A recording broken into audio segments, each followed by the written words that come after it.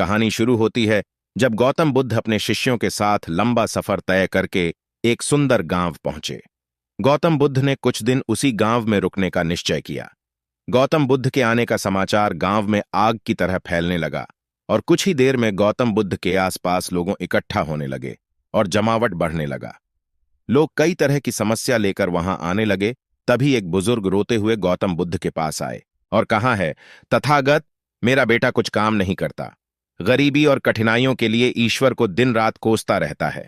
जब मैं समझाता हूं तो मुझसे ही बहस करने लगता है और घर का माहौल खराब हो जाता है। तथागत, मैं जानता हूं कि वह अपना नुकसान कर रहा है, लेकिन मुझे समझ नहीं आता कि मैं उसे सही रास्ते पर कैसे लाऊं। गौतम बुद्ध मुस्कुराए और बुजुर्ग व्यक्ति से बोले, आप कोई बहाना बनाकर अपनी बेटा को मेरे पास ले आइए। बुजुर्ग व्यक्ति ने कहा, तथागत, मेरा बेटा किसी की बात नहीं सुनता, सबसे बहस करता है। मुझे डर है कहीं वो आपको भी कोई गलत बात ना कह दे।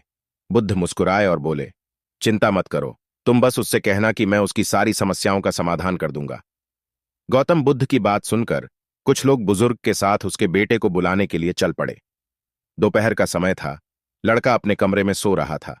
घर पहुंचते ही सबने उसे जगाया और उसे समझाना शुरू किया, लेकिन लड़का साथ चलने को तैयार नहीं हुआ। वह बस एक ही बात दोहराता रहता कि सारे साधु पाखंडी और नकली होते हैं, मैं इनकी बातों में आने वाला नहीं। लेकिन जब गांव वालों ने उसे बताया कि बुद्ध उसकी हर परेशानी का समाधान कर देंगे, तब जाकर वह गौतम बुद्ध से मिलने को राजी हुआ। अपने बेटे को लेकर जब बुजुर्ग व्यक्ति ने गौतम बुद्ध के पास पहुंचे तो लड़का बुद्ध को उल्टा बोलने लगा, किस बात के लिए आपने मुझे यहां बुलाया? अगर आप यह चाहते हो कि मैं ईश्वर को कोसना बंद कर दूं, तो मैं ऐसा कभी नहीं करूंगा, क्योंकि ईश्वर ने मुझे इस बेकार शरीर के अलावा दिया ही क्या है। धन जो शरीर के लिए जरूरी है वह तो मुझे मिला ही नहीं। अगर आप मेरी धन की समस्या खत्म कर सके तो ठीक है, नहीं तो अपना बेरिया बिस्तर समेटिए और आगे बढ़िए। लड़के की बातें सुनकर गौतम बुद्ध मुस्कुराने लगे और बोले, मेरी दोस्त, मैं तुमसे ईश्वर की कोई बात नहीं करता, लेकिन याद रखो कि व्यक्ति के सुख और दुख का कारण उसके कर्म ही होते हैं। इसलिए किसी और को कोसने की बजाय अगर तुम मेहनत करोगे तो तुम्हारा जीवन आसान हो जाएगा। गौतम बुद्ध की बात सुनकर वह लड़का आग बबूला हो गया और कहने लगा, मुझे आपके भाषण से तो नींद आ रही है। इससे तो अच्छा मैं घर में सो रहा था। मैं यहां सिर्फ आपसे मदद के लिए आया हूं। अगर आप मेरी समस्या हल कर सकते हैं तो कहे, नहीं तो गांव से चले जाइए। गौतम बुद्ध थोड़ी देर शांत रहे और समझ गए कि यह लड़का बहुत अड़ियल किस्म का है।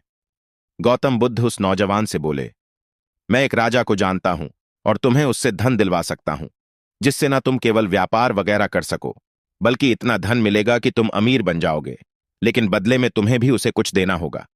वह लड़का बोला, मैं राजा को क्या दे सकता हूं? मेरे पास तो कुछ भी नहीं है। गौतम बुद्ध ने कहा, राजा का एक पुत्र है जो जन्म से ही नेत्रहीन है।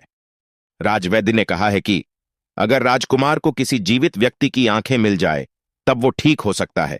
अगर तुम अपनी दोनों आंखें राजकुमार को दे दो तो राजा तुम्हें तुम्हारी वजन के बराबर सोने के सिक्के देंगे। फिर तुम अपना जीवन आराम से बिता सकते हो।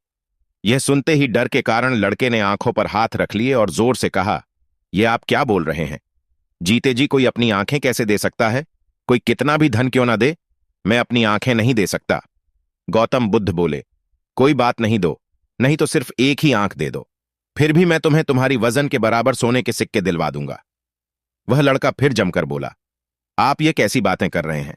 मुझे सोने का चाहे जितने सिक्के मिल जाए, मैं अपनी एक भी आंख नहीं दे सकता। मेरी आंखें अनमोल हैं। गौतम बुद्ध ने कहा, अगर तुमको और धन चाहिए तो बोलो, राजा मना नहीं करेगा। तो लड़का बोला, मेरी आंखें अमूल्य हैं, कृपया आप यह कहना बंद कर दें। मुझे किसी भी कीमत पर अपनी आंखें नहीं बेचनी। लड़के की बात सुनकर गौतम बुद्ध ने कहा, मेरे प्यारे दोस्त, अभी कुछ समय पहले ही तुम अपने शरीर को बेकार कह के कोस रहे थे और अब तुम कह रहे हो कि तुम्हारी आंखें अनमोल है। आंखें तुम्हारी शरीर का छोटा सा हिस्सा है। अगर तुम्हारी आंखें अनमोल है तो तुम्हारा शरीर कैसे बेकार हो सकता है? अगर शरीर तुम्हें अनमोल लगता है तो तुम्हारी बुद्धि की क्या कीमत है? अगर यह सब अनमोल है तो जीवन शक्ति जो तुम्हें जिंदा रखे हुए हैं उसकी क्या कीमत है? सबसे बड़ी ताकत पहले से तुम्हारे पास है। गौतम बुद्ध के शब्द सुनकर उस लड़के की आंखों में आंसू आ गए। वो तथागत के चरणों में गिर के रोने लगा। फिर कहा, मैंने बहुत बार कोशिश की, लेकिन मैं कुछ कर नहीं सका, इसलिए मैं इतना हताश और कड़वा हो गया। बुद्ध ने लड़के को उठाया और कहा, मेरे दोस्त, इंसान का जन्म बहुत कीमती है। केवल इंसान के पास ही इतना विवेक होता है कि वो सही गलत में अंतर कर सकता है। ताकतवर पशु पक्षियों में भी यह स्वतंत्रता नहीं है। इसलिए अपने शब्दों की ताकत को पहचानो और किस्मत को कोसना बंद करो। जब सर पर परेशानी आती है तो हम सब नकारात्मक हो जाते हैं और भूल जाते हैं कि हमारे पास कितनी सारी कीमती योग्यताएं हैं। गौतम बुद्ध कहते हैं कि बनाने और मिटाने दोनों की शक्ति हमारी शब्दों में है। जब शब्द सच्चाई और दया से भरे होते हैं तो पूरी दुनिया को बदल सकते हैं। इसलिए गौतम बुद्ध आगे कहते हैं कि अपनी जुबान को अच्छे शब्द सिखाओ, अपने मन को अच्छे विचार सिखाओ, आंख, कान, नाक सबको प्रशिक्षित करो। इंद्रियां बहुत अच्छी दोस्त बन सकती हैं। यह हमको दुखों से पार ले जाएगी और जो चाहे हम प्राप्त कर सकेंगे। यह सब हम ध्यान, योग, प्राणायाम, विपश्यना से सीख सकते हैं। उम्मीद करते हैं आपको हमारी मोटिवेशनल स्टोरी सबसे बीडीडी ताकत पहले से तुम्हारे पास है, गौतम बुद्ध की प्रेरणादायक कहानी पसंद आई होगी। हमारे चैनल को लाइक एंड सब्सक्राइब करें। धन्यवाद।